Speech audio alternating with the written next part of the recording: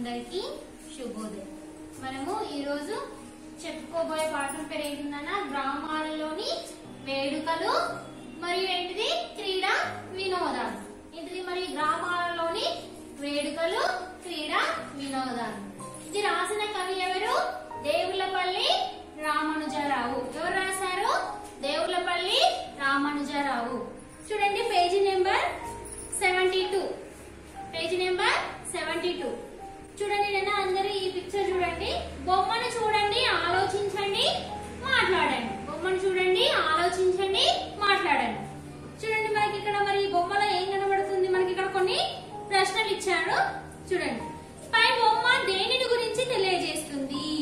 మరి పై బొమ్మ, ఇందులో ఈ బొమ్మ ఉంది కదా, దేని గురించి తెలియజేస్తుంది? మరి దేనిని గురించి తెలియజేస్తుంది? మన యొక్క సంస్కృతి సాంప్రదాయాల గురించి తెలియజేస్తున్నది. పై బొమ్మలో ఎవరెవరు ఏమేమి చేస్తున్నారు? మరి ఎవరెవరు ఏమేమి చేస్తున్నారు?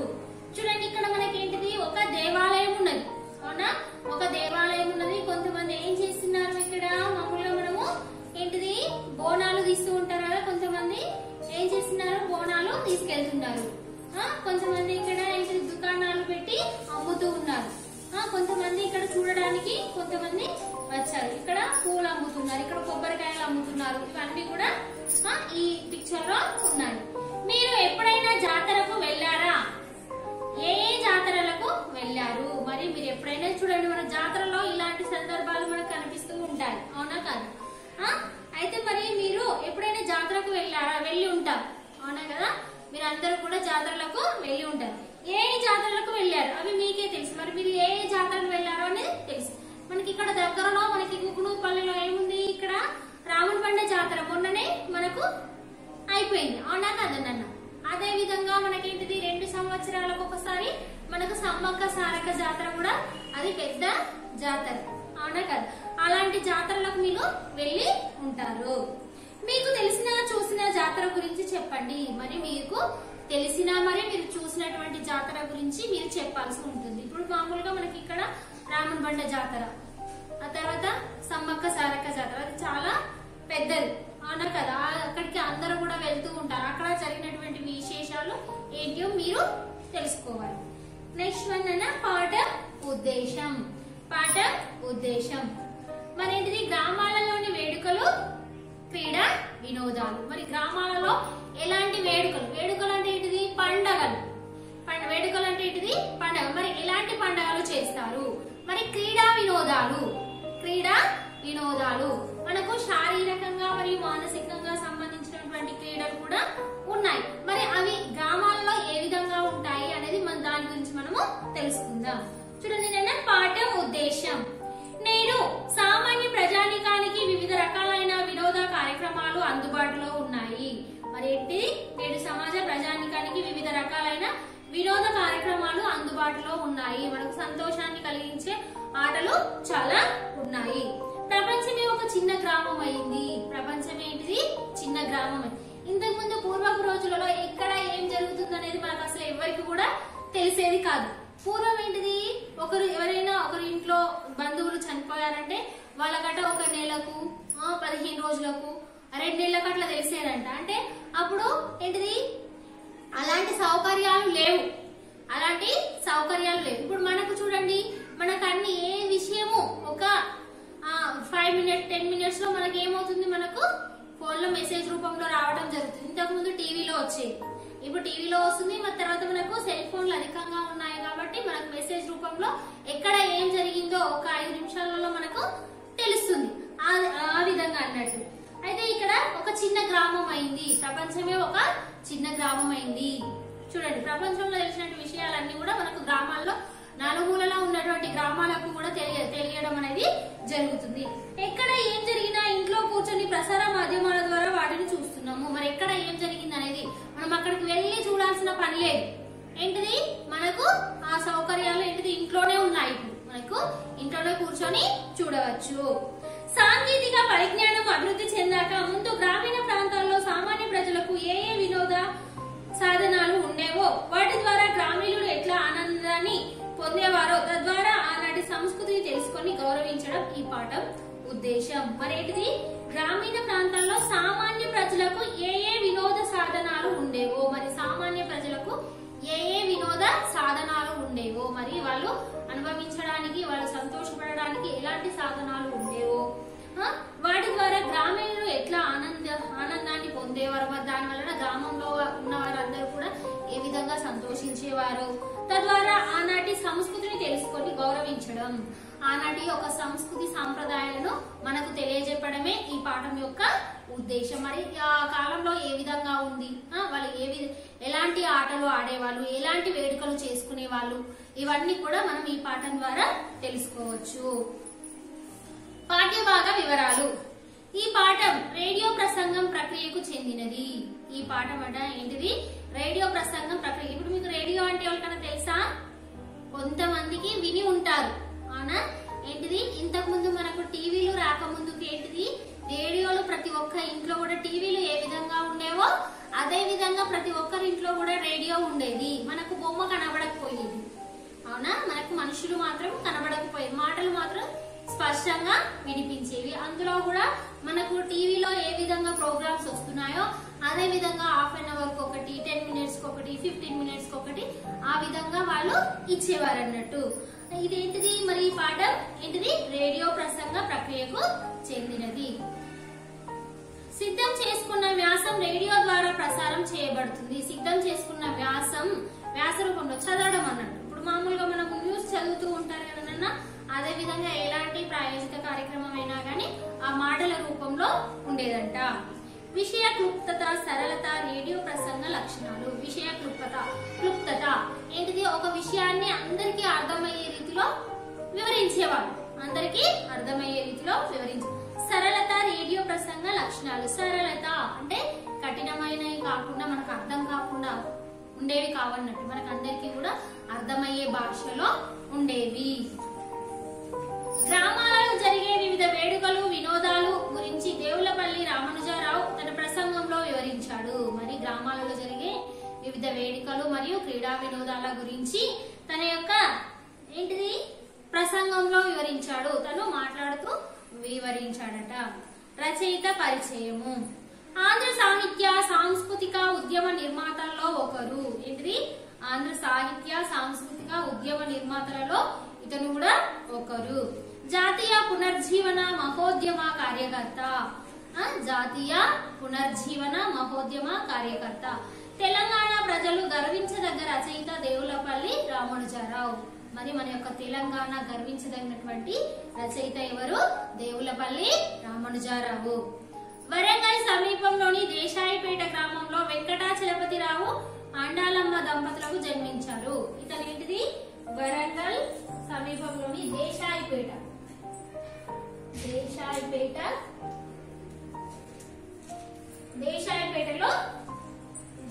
గ్రామంలో, దేశాయిపేట అనే గ్రామంలో ఎవరు?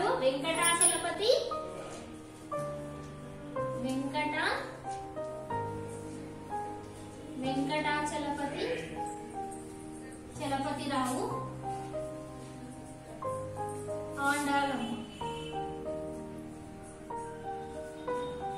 ఆండాలమ్మ అనే దంపతులకు ఇతను జన్మించాడు. ఎవరు జన్మించారు? మరి దేవులపల్లి రామానుజారావు. ప్రాథమిక విద్య దేశాయిపేటలో, హై స్కూల్ విద్య హన్మకొండలో పూర్తి చేశాడు. ప్రాథమిక విద్య ఎక్కడ చేశాడు? తను పుట్టినటువంటి గ్రామంలోనే ప్రాథమిక విద్యను పూర్తి చేయడము జరిగింది. హై స్కూల్ విద్య హన్మకొండలో పూర్తి చేశారు. మరి హై స్కూల్ విద్య 6వ తరగతి నుంచి 10వ తరగతి వరకు హై స్కూల్ విద్య అని అంటారు. అది ఎక్కడ చేశాడట? హన్మకొండలో పూర్తి చేశాడు. 1946లో శోభ అనే సాహిత్య మాసపత్రికను ప్రారంభించి సంపాదకుడిగా ఉన్నాడు. 1946లోనట ఏం పత్రిక? ఏం సాహిత్య మాసపత్రిక? మాసం అంటే ఇది నెల, మంత్. శోభ అనే మాసపత్రికను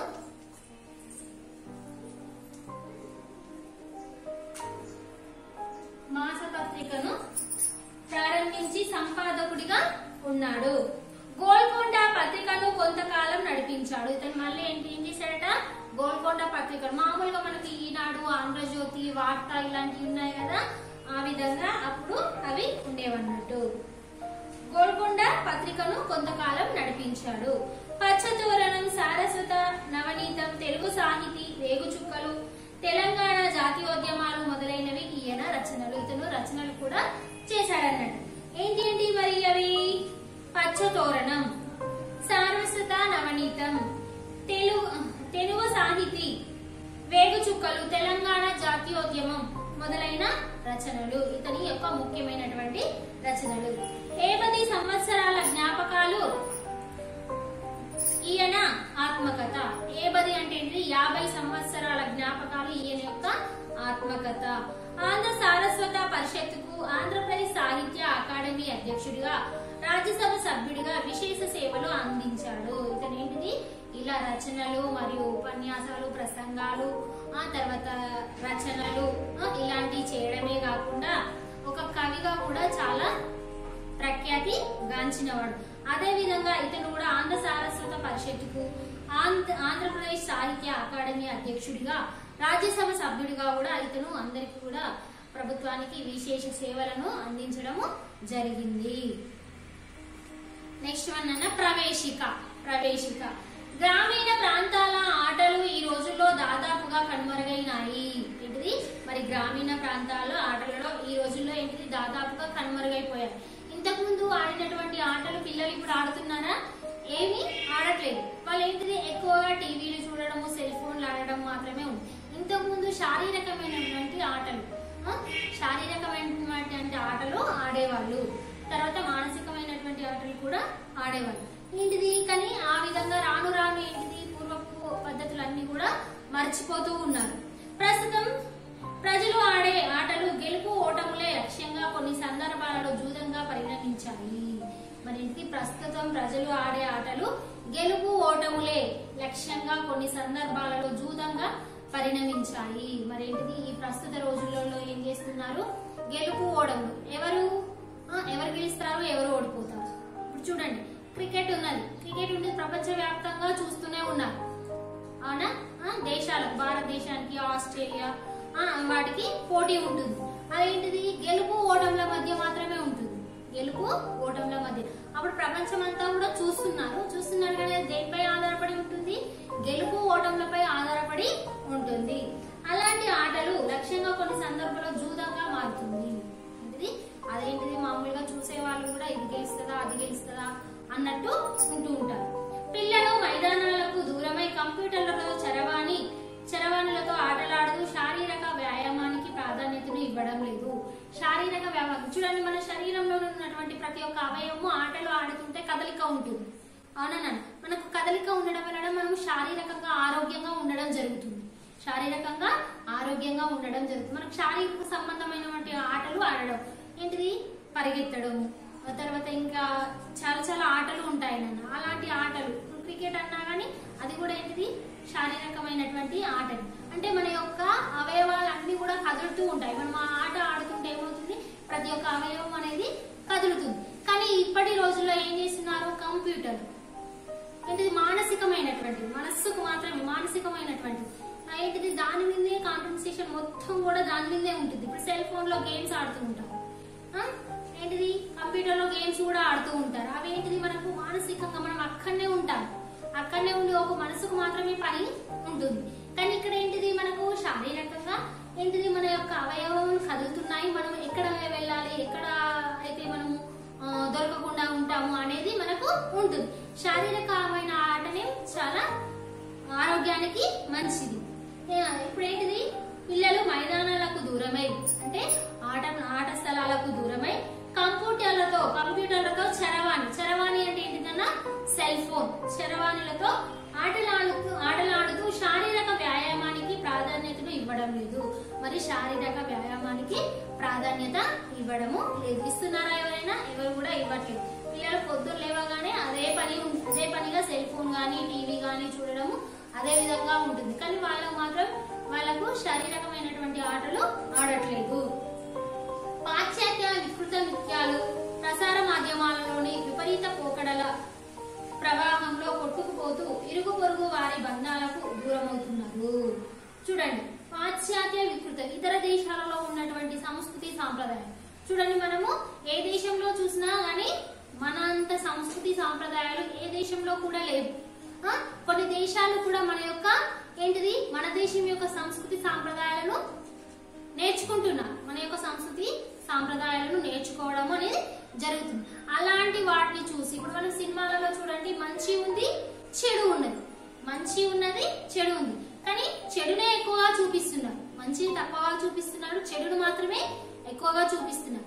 అది ఏమవుతుంది, మన సమాజంలో ఉన్నటువంటి పౌరులందరినీ కూడా ఏం చేస్తున్నది, చెడ్డదారిలో మళ్లించడానికి ప్రయత్నము చేస్తున్నారు. కానీ మనం ఏం చేయాలి, మంచి విషయాలను మాత్రమే మనము నేర్చుకోవాలి. మనము మంచి విషయాలను మాత్రమే నేర్చుకోవాలి. చెడు విషయాలను మనం ఏం చేయాలి, వదిలేయాలి. చెడు విషయాలను వదిలివేయాలి. అలా వదిలివేస్తేనే మనము సమాజంలో మంచిగా ఉండగలం. లేకుంటే ఏంటిది, సమాజంలో పలానా అతను పలానా ఆయన అనేది చెప్తూనే ఉంటారు. అలాంటి సినిమాలు చేయంగా కూడా చాలా మంది చెడిపోవడం అనేది జరుగుతుంది. అందులో అలా చేస్తున్నారు కదా, మనం ఎందుకు చేయకూడదు అనే ఆలోచన కొంతమందిలో ఉంటుంది. అందరిలో కాకుండా కొంతమందిలో ఉంటుంది. ఆ కొంతమంది ఏం చేస్తారు, ఇంకొంతమందిని కూడా చెడగొడుతూ ఉంటారు. ఆ కొంతమంది ఏం చేస్తారు, ఇంకొంతమందిని కూడా చెడగొట్టడం జరుగుతుంది. తప్పుదారిలో నడవడానికి వాళ్ళు కూడా ప్రయత్నిస్తూనే ఉంటారు. మరి ఇరుగు పొరుగు వారి సంబంధాలకు దూరం అవుతారు. అలాంటి ఇరుగు పొరుగు సంబంధాలకు కూడా దూరం అవుతారు. వాళ్ళు ఈ విధంగా మంచి మాటలు చెప్పారనుకోండి, నువ్వు ఏంటిదా ఇలా చూస్తున్నావు, అలా చూస్తున్నావు, ఈ సినిమా చేయంగా ఇలా చెడిపోతున్నావు, అలా చెడిపోతున్నావు అని అన్నప్పుడు ఏం చేస్తారు, వాళ్ళతోటి గొడవ పెట్టుకోవడం జరుగుతుంది. గొడవ పెట్టుకోవడం వలన వాళ్ళ మధ్య ఉన్నటువంటి సంబంధం ఏమవుతుంది, తెగిపోతుంది. అంటే వాళ్ళ మధ్య ఉన్నటువంటి సంబంధాన్ని వాళ్ళు తెంచుకుంటూ ఉంటారు. తద్వారా మానవ సంబంధాలు తెగిపోతున్నాయి. మరి తద్వారా ఏంటి, ఆ గొడవలు పడడం వలన ఈ విధంగా నాకెందుకు చెప్పాడు, ఈ విధంగా చెప్పాడు, నేను ఎందుకు వినాలి. కొంతమంది ఏమో వింటారు, కొంతమంది ఏమో వినరు. ఆ విధంగా వాళ్ళ మధ్య ఉన్నటువంటి సంబంధాలు తెగిపోవడం అనేది జరుగుతుంది.